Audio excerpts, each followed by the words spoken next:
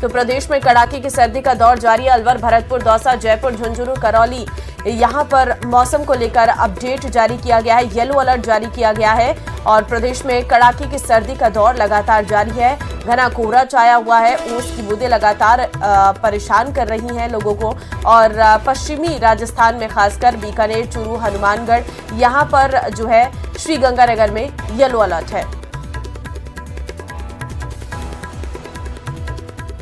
तो 11 जिलों में येलो अलर्ट जारी किया गया। 7 जिलों में, पूर्वी राजस्थान के 7 जिले इसमें हैं जिसमें येलो अलर्ट है और वहीं वरना पूरे अगर हम राजस्थान की बात करें तो 11 जिले हैं। पूर्वी राजस्थान में सिर्फ 7 जिले ऐसे हैं 11 में से जिसमें येलो अलर्ट है।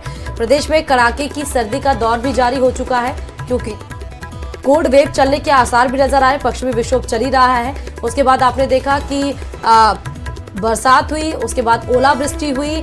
अब फॉग से लोग गुजर रहे हैं, विजिबिलिटी काफी कम हो गई है। घने कोहरे की वजह से, ठंड बढ़ने की वजह से लोग अलाव का सहारा ले रहे हैं और जो भी उनको समझ में आ रहा है कि कैसे इस ठंड से बचनी चाहिए वैसे वो अपना बचाव भी कर रहे हैं। सड़कों पर गाड़ियों की रफ्तार भी धीमी हो चुकी है क्योंकि और बाजार में सन्नाटा भी पसरा है क्योंकि ठंड की वजह से लोग जब जरूरत है तभी घरों से बाहर निकल रहे हैं।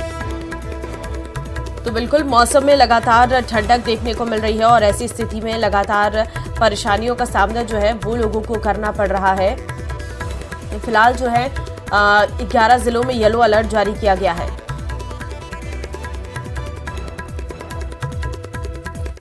और चलिए इधर आपको राजधानी जयपुर से बड़ी खबर बता रहे हैं। राजधानी में जबरदस्त का कोहरा छाया हुआ। देर रात घने कोहरे की वजह से सड़कों पर जीरो विजिबिलिटी नजर आए। जीरो विजिबिलिटी की वजह से गाड़ियां ड्राइव करने में दिक्कतें आ रही हैं। शहर की सड़कों पर देर रात वाहन चालकों को काफी परेशानियों का सामना भी करना पड़ा है। तो राजधानी में जबरदस्त कोहरा छाया हुआ है। विजिबिलिटी की वजह से गाड़ियां ड्राइव करने में काफी दिक्कतें हो रही हैं। हम आपको तस्वीरें भी दिखा रहे हैं जयपुर के। आप देखिए जरा देर रात किस तरीके से घना कोहरा था और इस कोहरे के चलते गाड़ियां ड्राइव करने में जाहिर तौर पर काफी दिक्कतों का सामना लोगों को करना पड़ रहा है। साथ ही साथ अगर बात करें क्योंकि इस वक्त न्यू ईयर सेलिब्रेशन के लिए बहुत संख्या में लोगों की भीड़ जयपुर में पहुंची हुई है तो उसके लिए भी काफी मुश्किलों का सामना जरूर करना पड़ रहा है। हेडलाइट जलाकर आवागमन करना पड़ रहा है लेकिन इसमें बहुत सावधानी के साथ आपको ड्राइव करना है क्योंकि एक छोटी सी भी गलती आप पर भारी पड़ सकती है। देखिए आप कोहरे का सितम देखिए जरा, आसपास के घर भी नजर नहीं आ रहे हैं। ये है देर रात का घना कोहरा जिसने दिक्कतें पैदा करके रखी हुई हैं। विजिबिलिटी की वजह से गाड़ियां ड्राइव करने में काफी मुश्किलें हो रही हैं।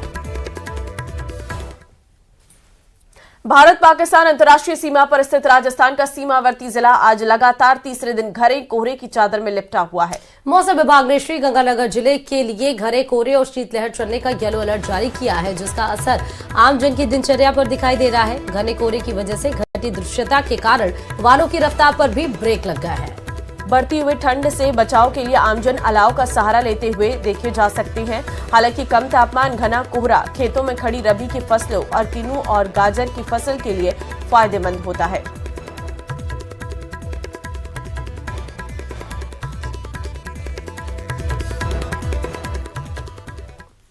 तो नए साल से पहले सर्दी अपने पूरे शवाब पर है और उत्तर भारत में इस वक्त हड्डियां गलाने वाली सर्दी का लोग सामना कर रहे हैं। पहाड़ों पर बर्फबारी तो मैदानी इलाकों में शीतलहर प्रकोप बरपा रहा है। जम्मू कश्मीर हो या फिर हिमाचल या उत्तराखंड, नजारा हर जगह एक जैसा है। यही वजह है कि सैलानी भी बढ़ चढ़कर पहाड़ों पर बर्फ का लुत्फ उठाने पहुंच रहे हैं।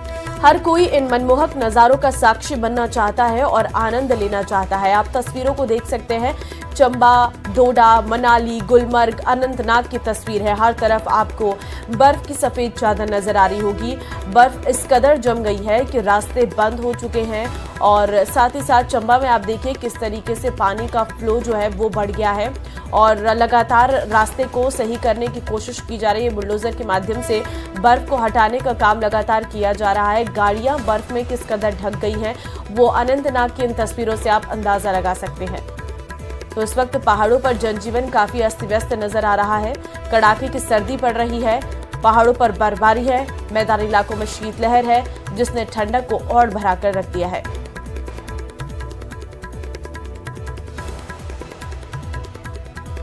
तो ये तस्वीरें आपको 5 तस्वीरें आप देखिए। जम्मू कश्मीर, हिमाचल प्रदेश की ये सीधे तस्वीरें आप देखिए। हर जगह पर सिर्फ और सिर्फ बर्फ ही बर्फ की एक सफेद चादर आपको नजर आ रही है।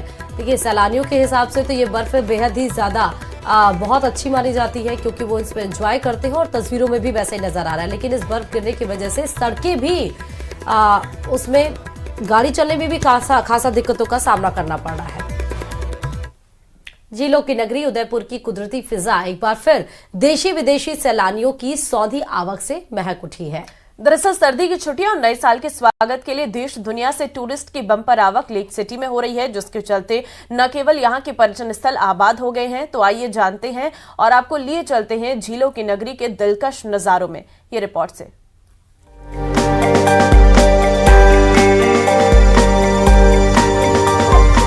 नीली झीलों का शहर राजस्थान का कश्मीर, पूर्व का वेनिस और ऐसी ही कई नामों से 7 समंदर पार तक अपनी पहचान बनाने वाले उदयपुर में पर्यटन सीजन परवान पर है। सर्दी की छुट्टियों और नए साल के स्वागत के जश्न में शामिल होने बड़ी तादाद में देसी विदेशी सैलानी लेक सिटी का रुख कर रहे हैं। टूरिस्ट की बम्पर आवक के चलते शहर के तमाम पर्यटन स्थलों पर मेले जैसा माहौल है। बात चाहे फतेह सागर की हो या फिर पिछोला झील की, नजारा मोती मगरी का हो या फिर सिटी पैलेस का, सुखाड़िया सर्कल हो या फिर सहेलियों की बाड़ी, हर तरफ पर्यटकों की आवक ने शहर के ट्रैफिक तक की फिजा को बदल दिया है। लेकिन इन सब से परे सैलानी कुदरती खूबसूरती वाले इस शहर में आकर खुद को धन्य समझ रहे हैं। दरअसल लेक सिटी उदयपुर के चारों ओर करीब 14 से ज्यादा छोटे बड़े जलाशय, झील और तालाब हैं। ऐसे में यहाँ झीलों में बोटिंग को लेकर भी खास इंतजाम किए हैं, जो सैलानियों को खूब रास आ रहे हैं।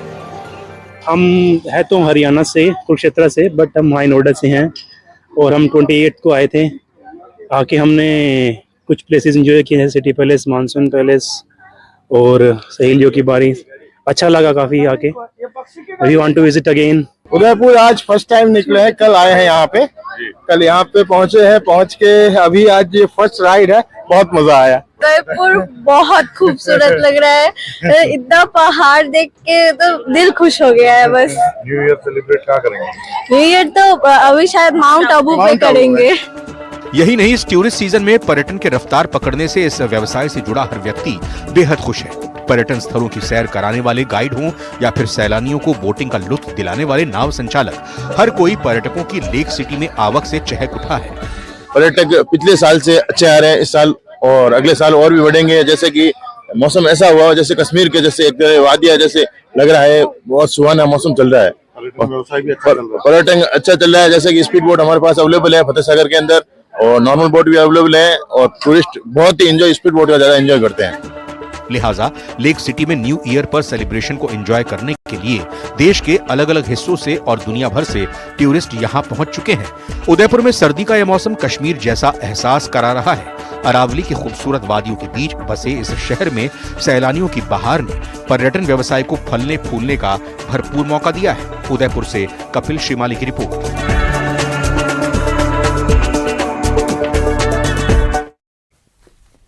तो वहीं जोधपुर जिले की बावड़ी तहसील के तालुका बेरा में एक बोरवेल में गैस निकलने से ग्रामीणों में चर्चा का विषय बना हुआ है। यहाँ गैस की गंध आने पर माचिस की तीली लगाकर देखी गई तो गैस ने हवा में आग पकड़ ली। हालांकि इस मामले की पुख्ता जांच के लिए अभी वहां कोई सरकारी एजेंसी नहीं पहुंची। दरअसल तालुका बेरा में अन्नाराम देवड़ा का खेत है और खेत में करीब 1.5 दशक पुराना बोरवेल है, जो लंबे समय से बंद किया गया था। बताया कि कुछ दिन पहले इस बोरवेल को फिर से काम में लेने के लिए खोला गया। बोरवेल के अंदर पंप उतारने से पहले सोमवार को जब कैमरा लटकाकर अंदर की स्थिति देखने की कोशिश की गई तो तस्वीरें देख हैरानी हुई। अंदर देखा गया कि गैस उबल रही थी। बीजेपी की सदस्यता अभियान ने 2014 का आंकड़ा पार कर गया है। प्रदेश बीजेपी में सदस्यता का आंकड़ा 90 लाख तक पहुंच गया और ये बीजेपी की अब तक की सबसे ज्यादा सदस्य संख्या है। बीजेपी सदस्यता अभियान औपचारिक रूप से पूरा हो गया है, लेकिन अब भी सदस्य बनाए जा रहे हैं। ये रिपोर्ट देखिए।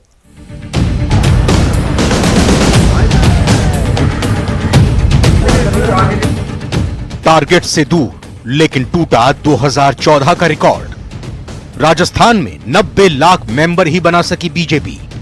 केंद्रीय नेतृत्व ने दिया था 1 करोड़ का टारगेट। राजस्थान बीजेपी सदस्यता अभियान का टारगेट पूरा नहीं कर पाई है। हालांकि बीजेपी ने साल 2014 का आंकड़ा पार कर लिया है। प्रदेश बीजेपी में सदस्यता का आंकड़ा 90 लाख तक पहुंच गया है। ये बीजेपी की अब तक की सबसे ज्यादा सदस्य संख्या है। बीजेपी में सदस्यता अभियान की शुरुआत 3 सितंबर को हुई थी। उस दिन प्रदेश में बीजेपी की सदस्यता संख्या को 0 कर दिया गया था।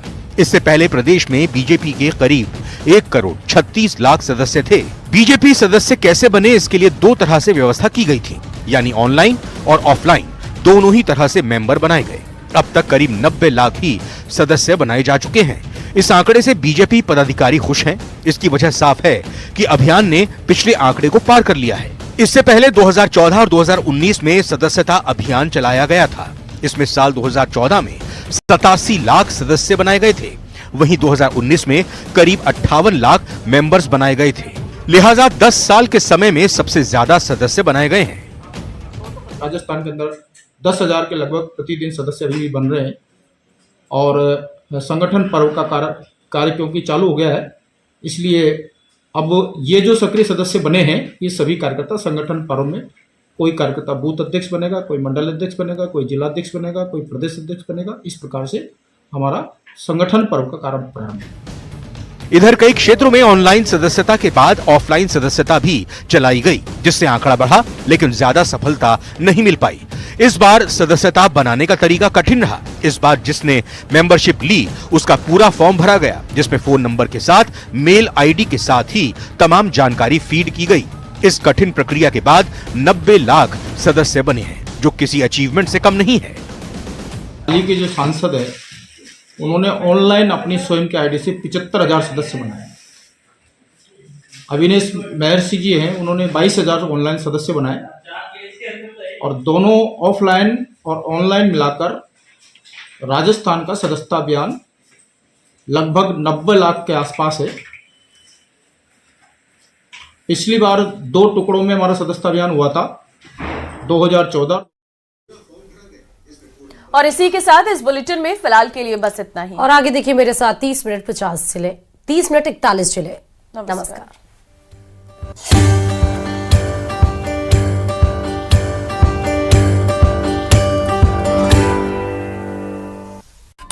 जिलों पर रार अपार, भजनलाल सरकार पर गहलोत प्रहार, जनता के हित किए गए दरकिनार।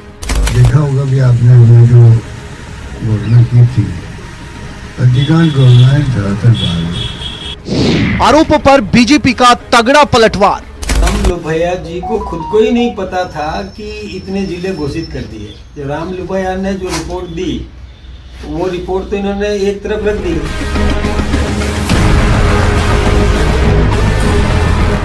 जिस बात का अंदेशा हो वह हो भी जाए, तब भी दिल कहां सच स्वीकार करने के लिए तैयार रहता है।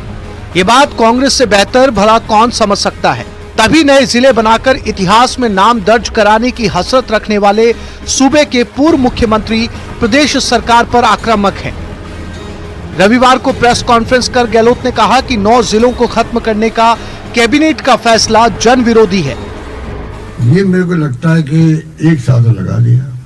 अगर ऐसा गलत काम किया होता हमने तो सरकार ने पहला काम जिला खत्म करने का ही करना चाहिए था।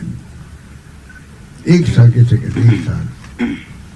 और जो जिले का कमेटी बनाई जिसमें, वो तो बीजेपी ज्वाइन भी कर दिया अब तो अधिकारी ने। जिसने कमेटी की रिपोर्ट दी है वो बीजेपी ज्वाइन कर चुके हैं। तो इसका मतलब है कि जो बीजेपी ने पार्टी ने जो तय किया वो उस अधिकारी को लगा के उसके माध्यम में करवाया गया। पूर्व मुख्यमंत्री ने दावा किया कि बेहतर प्रशासन और आमजन को राहत देने के लिए नए जिले बनाए गए थे।